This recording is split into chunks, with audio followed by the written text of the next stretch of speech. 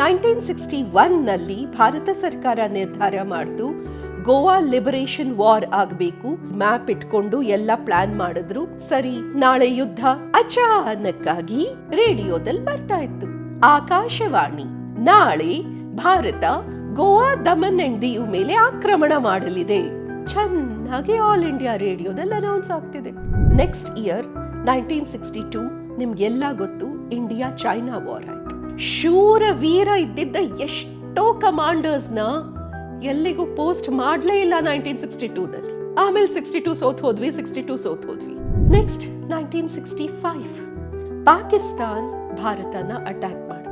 1965ನಲ್ಲಿ ನಮ್ಮ ಪ್ರಧಾನಮಂತ್ರಿ ಲಾಲ್ ಬಹದ್ದೂರ್ ಶಾಸ್ತ್ರಿ 62ರಲ್ಲಿ ಯಾಕೆ ಸೋತ್ ಹೋದ್ವಿ ಅಂತ ತಾವೇ ಕೂತ್ಕೊಂಡು ಅಧ್ಯಯನ ಮಾಡಿದ್ರು. 1965 ಯುದ್ಧ ನಾವ್ ಯಾಕೆ ಗೆದ್ವಿ ಗೊತ್ತಾ? ಪ್ರಧಾನಮಂತ್ರಿ ಲಾಲ್ ಬಹದ್ದೂರ್ ಶಾಸ್ತ್ರಿ ಸರಿಯಾದ ಜನರನ್ನ ಸರಿಯಾದ ಜಾಗಕ್ಕೆ ಪೋಸ್ಟ್ ಮಾಡಿದ್ರು.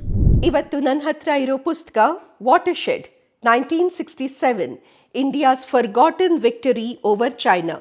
ಪ್ರಬಲ್ ದಾಸ್ ಗುಪ್ತಾ ಅವರ ಈ ಪುಸ್ತಕ ತುಂಬಾ ಚೆನ್ನಾಗಿದೆ. 1967 1967ರಲ್ಲಿ ಇಂಡಿಯಾ ಚೈನಾ ವಾರ್ ಆಗಿತ್ತು. ಆ ಯುದ್ಧ ನಾವು ಗೆದ್ವಿ. 1967 ಇಂಡಿಯಾ ಚೈನಾ ವಾರ್ ಭಾರತ ಗೆದ್ದಿತ್ತು. ಆ ಯುದ್ಧದ ಬಗ್ಗೆ ಬರೆದಿರುವ ಪುಸ್ತಕ 1967 ವಾರ್ ಬಗ್ಗೆ. ಆದರೆ ಪುಸ್ತಕ ಶುರುವಾಗೋದು 1948 ಇಂದ. ಸೊ ಮೊದಲ 3-4 ಚಾಪ್ಟರ್ಸ್ 1948 48ರಿಂದ 67 ತನಕ ಕವರ್ ಮಾಡುತ್ತೆ. ಆಮೇಲೆ 67 ಯುದ್ಧದ ಬಗ್ಗೆ ಸಂಪೂರ್ಣ ಕಥೆ ಇದೆ. ಪ್ರಬಲ್ ದಾಸ್ ಗುಪ್ತಾ ಬರೆದಿರೋ ಈ ಪುಸ್ತಕದ ಮೊದಲ 2-3 ಚಾಪ್ಟರ್ಸ್ನ ಬನ್ನಿ ಇವತ್ತು ನಿಮಗೆ ಓದಿ ಹೇಳ್ತೀನಿ. 1961 ಗೋವಾ ಲಿಬರೇಷನ್ ವಾರ್. ಬ್ರಿಟಿಷ್ ಹೋಗಿ ಆಗಿತ್ತು, ಫ್ರೆಂಚ್ ಹೋಗಿ ಆಗಿತ್ತು.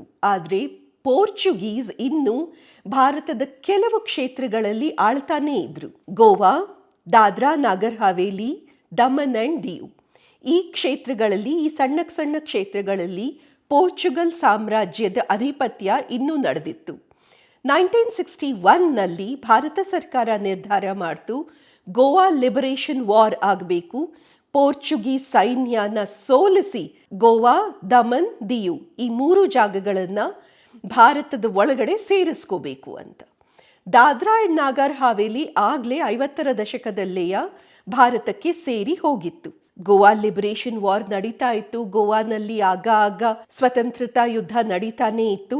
ಸೊ ಎನಿವೇ 61ನಲ್ಲಿ ಆಪರೇಷನ್ ವಿಜಯ್ ಶುರುವಾಯಿತು. ಆಪರೇಷನ್ ವಿಜಯ್ ಪ್ರಕಾರ ಇಟ್ ವಾಸ್ ಡಿಸೈಡೆಡ್ ಸೈನ್ಯವನ್ನ ಕಳಿಸಿ ಗೋವಾನ ಕ್ಯಾಪ್ಚರ್ ಮಾಡಿಕೊಂಡು ಭಾರತಕ್ಕೆ ವಿಲೀನಗೊಳಿಸಬೇಕು ಅಂತ. ಈ ಕೆಲಸ, ಗೋವಾನ ಕ್ಯಾಪ್ಚರ್ ಮಾಡ್ಕೊಳ್ಳೋ ಈ ಕಾರ್ಯ, ಈ ಮುಖ್ಯವಾದ ಕಾರ್ಯ ಕೊಟ್ಟಿದ್ದು ಮೇಜರ್ ಜನರಲ್, ಆವತ್ತು 61ನಲ್ಲಿ he was a brigadier, major general Sagat ಸಿಂಗ್ಗೆ. Sagat Singh was heading the paratroopers regiment, 50th para regiment. So Sagat ಸಿಂಗ್ಗೆ ಮತ್ತೆ ಇನ್ನಿಬ್ಬರಿಗೆ ಆಪರೇಷನ್ ವಿಜಯ್ನ ನೇತೃತ್ವ ಕೊಟ್ಟಿದ್ರು. So major general Sagat Singh ತಮ್ಮ ಎಲ್ಲ ಸೈನಿಕರನ್ನು ಕರೆದ್ರು. ಗೋವಾ, ದಮನ್, ದಿಯು ಮ್ಯಾಪ್ ಇಟ್ಕೊಂಡು ಎಲ್ಲ ಪ್ಲಾನ್ ಮಾಡಿದ್ರು. ಒಂದು ಟುಕಡಿ ಹೀಗೆ ಬರೋದು, ಒಂದು ಟುಕಡಿ ಹೀಗೆ ಬರೋದು, ಇನ್ನೊಂದು ಹೀಗೆ ಬರೋದು, 3 ಒಟ್ಟಿಗೆ ಇಲ್ಲಿ ಕನ್ವರ್ಜ್ ಆಗಬಹುದು. ರಾತ್ರಿ ಅಂಧಕಾರದಲ್ಲಿ ಕತ್ತಲೆ ಆದ ಮೇಲೆ ಫೈಟರ್ ಜೆಟ್ಸ್ ಇಂದ ಪ್ಯಾರಾಟ್ರೂಪರ್ಸ್ ಈ ರೀತಿ ಮೆತ್ತಗೆ ಯಾರಿಗೂ ಕಾಣದ ಹಾಗೆ ಗೋವಾ ಕೋಟೆ ಒಳಗಡೆ, ದಮನ್ ದಿಯು ಕೋಟೆ ಒಳಗಡೆ ಇಳಿಬೇಕು.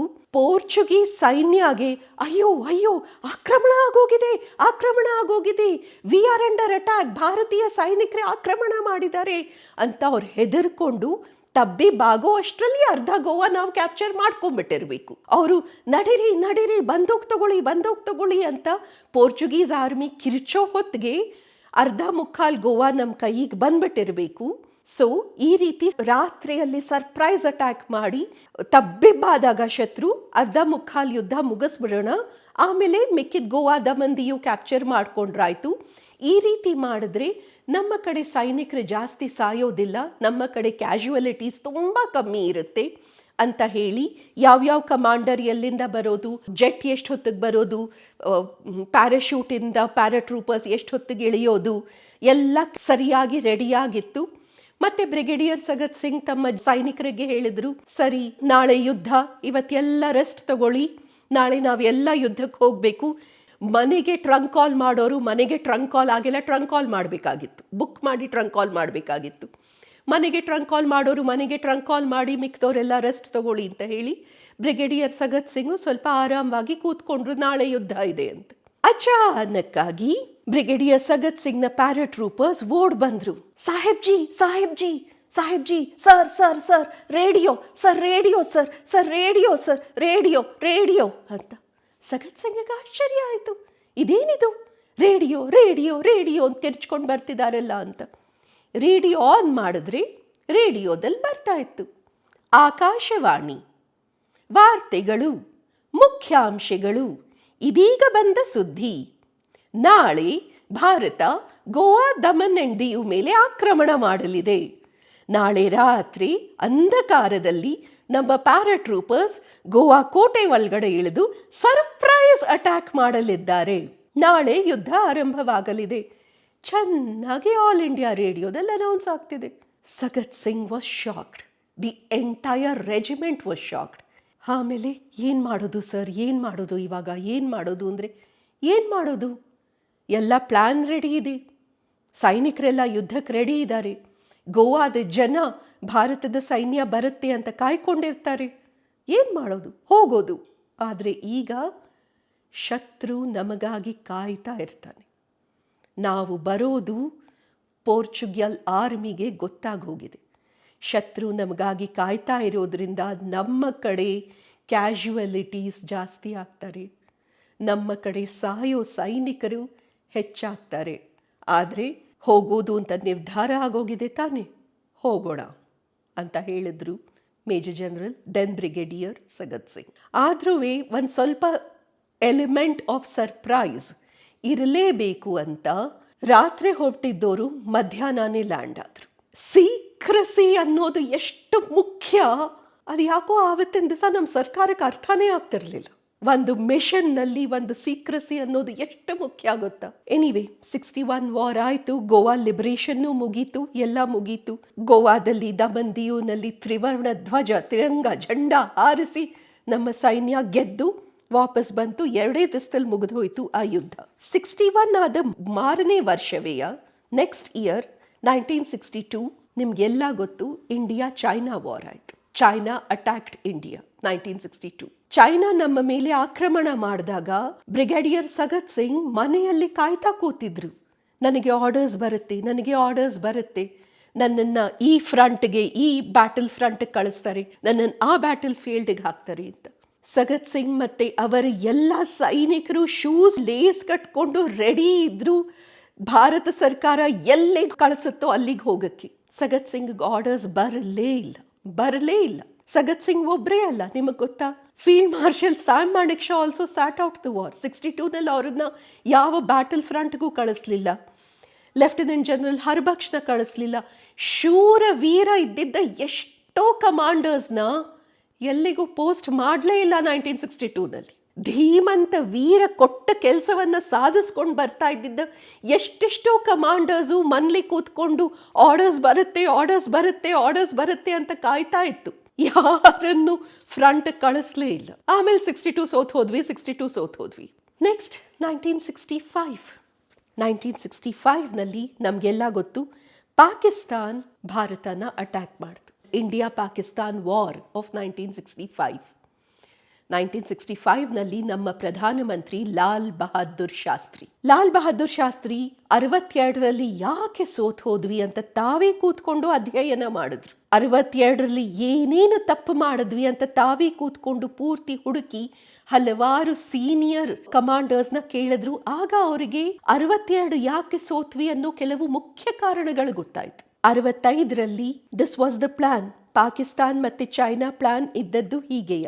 ಈ ಕಡೆಯಿಂದ ಪಾಕಿಸ್ತಾನ್ ಕಾಶ್ಮೀರನ್ನ ಅಟ್ಯಾಕ್ ಮಾಡುವುದು. ಲೋಕಲ್ ಕಾಶ್ಮೀರಿ ಜನ, ಲೋಕಲ್ ಕಾಶ್ಮೀರಿ ಹಮ್ ಮಜಹಬ್, ಲೋಕಲ್ ಕಾಶ್ಮೀರಿ ಜನ ಪಾಕಿಸ್ತಾನ್ ಸೈನ್ಯಕ್ಕೆ ಸಪೋರ್ಟ್ ಮಾಡ್ತಾರೆ.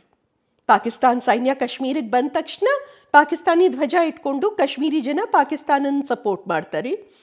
ಆಮೇಲೆ ಒಂದಿಷ್ಟು ಟೆರರಿಸ್ಟ್ನ ಕಳಿಸಿ ಇಡೀ ಕಾಶ್ಮೀರ್ ಉರಿಯೋ ಹಾಗೆ ಇಡೀ ಕಾಶ್ಮೀರಲ್ಲಿ ಬೆಂಕಿ ಹಾಕೋದು.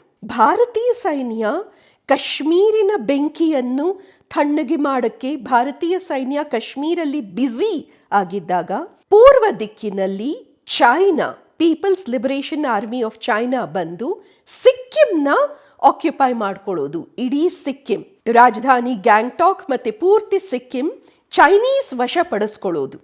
ಆಮೇಲೆ ಏನಾಗುತ್ತೆ? ಆಮೇಲೆ ಯುದ್ಧ ವಿರಾಮ ಆಗುತ್ತೆ. ಯುನೈಟೆಡ್ ನೇಷನ್ಸ್, ವಿಶ್ವಸಂಸ್ಥೆಗೆ ಹೋಗೋ ಹಾಗಾಗುತ್ತೆ. ವಿಶ್ವಸಂಸ್ಥೆಯಿಂದ ಇಂಟರ್ನ್ಯಾಷನಲ್ ಕೋರ್ಟ್ ಆಫ್ ಜಸ್ಟಿಸ್ಗೆ ತಗೊಂಡು ಹೋಗುತ್ತೆ ಭಾರತ ಸರ್ಕಾರ. ಯಾಕೆಂದರೆ ಭಾರತ ಸರ್ಕಾರದ ಕೆಲಸ ಅದೇ ತಾನೇ. ಯುನೈಟೆಡ್ ನೇಷನ್ಸ್ಗೆ ತಗೊಂಡು ಹೋಗಿ 80 ವರ್ಷ 100 ವರ್ಷ ಆದರೂ ಆ ಕೇಸ್ ನಡೀತಾ ಇರುತ್ತೆ. ಸೊ ಆಗ ಇಂಟರ್ನ್ಯಾಷನಲ್ ಕೋರ್ಟ್ ಆಫ್ ಜಸ್ಟಿಸಲ್ಲಿ, ಯುನೈಟೆಡ್ ನೇಷನ್ಸಲ್ಲಿ ಕೇಸ್ ಹೋದಾಗ ನಾವು ಯುದ್ಧ ವಿರಾಮಕ್ಕೆ, ಸಮಸ್ಯೆಯ ಪರಿಹಾರಕ್ಕೆ ನಾವು ಹೀಗೆ ಹೇಳಬೇಕು: ನೀವು ಕಾಶ್ಮೀರ್ ನಮಗೆ ಕೊಟ್ಬಿಡಿ, ಅಂದರೆ ನೀವು ಕಾಶ್ಮೀರ್ ಪಾಕಿಸ್ತಾನ್ಗೆ ಕೊಟ್ಬಿಡಿ, ಬದಲಾಗಿ ಚೈನಾ ಸಿಕ್ಕಿಂ ನಿಮಗೆ ವಾಪಸ್ ಕೊಡುತ್ತೆ. Let us exchange Sikkim for Kashmir. ಇದು ನಮ್ಮ ಬ್ಯಾಟಲ್ ಪ್ಲಾನ್. ಸೊ ಹೇಗಾರು ಮಾಡಿ ಕಾಶ್ಮೀರ್ ಹತ್ತುರಿತಾ ಇದ್ದಾಗ ಇಡೀ ಸಿಕ್ಕಿಂ ಚೈನಾ ವಶಕ್ಕೆ ಹೋಗಬೇಕು. ಈ ಇಂಟೆಲಿಜೆನ್ಸ್ ರಿಪೋರ್ಟ್ ಬಂತು ಭಾರತ ಸರ್ಕಾರಕ್ಕೆ. ಈ ಇಂಟೆಲಿಜೆನ್ಸ್ ರಿಪೋರ್ಟ್ ಸ್ವಯಂ ಪ್ರಧಾನಮಂತ್ರಿ ಲಾಲ್ ಬಹದ್ದೂರ್ ಶಾಸ್ತ್ರಿ ಓದ್ಬಿಟ್ಟು ಪ್ರಧಾನಮಂತ್ರಿ ಲಾಲ್ ಬಹದ್ದೂರ್ ಶಾಸ್ತ್ರಿ ನೋಡಿದ್ರು. ಧೀರ ವೀರ ಕಮಾಂಡರ್ಸ್ ಯಾರ್ಯಾರಿದ್ದಾರೆ ಲಿಸ್ಟಲ್ಲಿ ಇದ್ರು, ಬೇಕಾದಷ್ಟು ಜನ ಇದ್ರು. Sagat Singh, Goa liberation war, Portuguese ಆರ್ಮಿಯನ್ನು ಸೋಲಿಸಿ ಗೋವಾ ನಗರಿ ದಮನ್ ದಿಯುನ ಭಾರತಕ್ಕೆ ಸೇರಿಸಿದ ವೀರ ನಾಯಕ. ಸೊ ಸಗತ್ ಸಿಂಗ್ನ ಕರೆದು ಸರ್ಕಾರ ಹೇಳ್ತು, ದಿಸ್ ಇಸ್ ದ ಪ್ಲಾನ್. ನಾವು ಆ ಕಡೆ ಕಾಶ್ಮೀರಲ್ಲಿ ನಮ್ಮ ಸೈನ್ಯ ಬ್ಯುಸಿ ಇದ್ದಾಗ ಈ ಕಡೆ ಚೈನಾ ಬಂದು ಸಿಕ್ಕಿಂನ ಆಕ್ರಮಣ ಮಾಡೋ ಪ್ಲಾನ್ ಇದೆ. ಸಗತ್ ಸಿಂಗ್ ಅವರೇ, ನೀವು ಸಿಕ್ಕಿಂಗೆ ಹೋಗಬೇಕು. ಸಿಕ್ಕಿಂ ಆ ಬಾರ್ಡರ್ ಇದೆಯಲ್ಲ, ನಾಥುಲಾ ಜೇಲಪ್ಲಾ, ಆ ನಾಥುಲಾದಲ್ಲಿ ನೀವು ನಿಲ್ಲಬೇಕು, ದಿಟ್ಟವಾಗಿ ನಿಂತಿರಲೇಬೇಕು. 1 ಇಂಚ್ ಹಿಂದೆ ಸರಿಬೇಡಿ, ಅರ್ಧ ಇಂಚ್ ಹಿಂದೆ ಬರಬೇಡಿ. ನೀವು ಅಲ್ಲೇ ಸಿಕ್ಕಿಮಲ್ಲಿ ನಿಂತಿರಿ. ಇಷ್ಟು ಸಿಕ್ಕಿಮು ಚೈನಾಕ್ಕೆ ಹೋಗಬಾರ್ದು. ಯಾಕೆಂದರೆ ಇಷ್ಟು ಸಿಕ್ಕಿಮು ಚೈನಾಕ್ಕೆ ಹೋದರೆ it will become a bargaining chip. Kashmir ಕೊಡು, ಸಿಕ್ಕಿಂ ವಾಪಸ್ ಕೊಡ್ತೀನಿ ಅಂತ ಶುರು ಮಾಡ್ತಾರೆ. ಆ ಪರಿಸ್ಥಿತಿ ಬರಲೇಬಾರದು. ಸಗತ್ ಸಿಂಗ್ ಅವರೇ, ಇದು ನಿಮ್ಮ ಜವಾಬ್ದಾರಿ ಅಂತ. Sagat Singh said, yes sir. 1 inch ಏನು, ಸೂಜಿಯ ಕಣ್ಣಿನಲ್ಲಿ ಸೂಜಿಯ ತೂತದಷ್ಟು ಮಣ್ಣು ಚೈನಾಕ್ಕೆ ಹೋಗ್ದಲೇ ಇರೋ ಹಾಗೆ ನೋಡ್ಕೋತೀವಿ ಅಂತ Sagat Singh and his entire regiment Nathu La ಜೇಲಪ್ಲಾನಲ್ಲಿ ಕಾವಲು ಕಾದಿದ್ರು. ಬೇಕಾದಷ್ಟು ಬೊಂಬಾರ್ಡ್ಮೆಂಟ್ ಮಾಡಿದ್ರು ಚೈನಾ, ಬೇಕಾದಷ್ಟು ಬೊಂಬಾರ್ಡ್ಮೆಂಟ್ ಮಾಡಿದ್ರು. ಮೇಲಿಂದ ಮೇಲೆ ಪಾಕಿಸ್ತಾನದವರು ಚೈನಾಗ್ನ ಕೇಳ್ತಾ ಇದ್ರು, ಆಯ್ತಾ ಸಿಕ್ಕಿಂ ಆಕ್ರಮಿಸ್ಕೊಂಡಾಯ್ತಾ, ಸಿಕ್ಕಿಂ ನಿಮಗೆ ಬಂತಾ, ಸಿಕ್ಕಿಂ ನಿಮಗೆ ಬಂತಾ, ಸಿಕ್ಕಿಂ ನಿಮಗೆ ಬಂದ್ರೇ ನಾವು ಕಾಶ್ಮೀರಿಗೆ ಬಾರ್ಗೇನ್ ಮಾಡೋಕ್ಕಾಗೋದು ಅಂತ. ಆದರೆ ಸಗತ್ ಸಿಂಗ್ ಅಲ್ಲೇ ದಿಟ್ಟವಾಗಿ ನಿಂತಿದ್ರು. 1 ಇಂಚ್ ಸಿಕ್ಕಿಂ ಸಹಿತ ಚೈನಾಗೆ ಕಡೆ ತನಕ ಸಿಗಲಿಲ್ಲ. ಒಬ್ಬ ಪ್ರಧಾನಮಂತ್ರಿಯ ಕೆಲಸನೇ ಇದು. ಒಬ್ಬ ಪ್ರಧಾನಮಂತ್ರಿಯ ಕೆಲಸ ಸರಿಯಾದ ಜನರನ್ನ ಹುಡುಕಿ ಅವರನ್ನ ಸರಿಯಾದ ಜಾಗಕ್ಕೆ ಕಳಿಸಿ, ನೋಡು ಇದು ನಿನ್ನ ಕಾರ್ಯ, ನೀ ಏನ್ ಬೇಕಾದ್ರೂ ನಿರ್ಣಯ ತಗೋ, ನೀ ಏನ್ ಬೇಕಾದ್ರೂ ನಿರ್ಧಾರ ತಗೋ, ಏನ್ ಮಾಡಬೇಕೋ ಮಾಡು, ನಿನ್ನ ಹಿಂದೆ ನಾನು ನಿಂತಿದ್ದೀನಿ, ಈ ಕಾರ್ಯ ಮುಗಿಸ್ಕೊಂಡು ಬಾ ಅಂತ ಹೇಳೋದೇ ಒಬ್ಬ ಒಳ್ಳೆ ಪ್ರಧಾನಮಂತ್ರಿಯ ಕೆಲಸ. 1965 ಯುದ್ಧ ನಾವು ಯಾಕೆ ಗೆದ್ವಿ ಗೊತ್ತಾ? ಪ್ರಧಾನಮಂತ್ರಿ ಲಾಲ್ ಬಹದ್ದೂರ್ ಶಾಸ್ತ್ರಿ ಸರಿಯಾದ ಜನರನ್ನ ಸರಿಯಾದ ಜಾಗಕ್ಕೆ ಪೋಸ್ಟ್ ಮಾಡಿದ್ರು.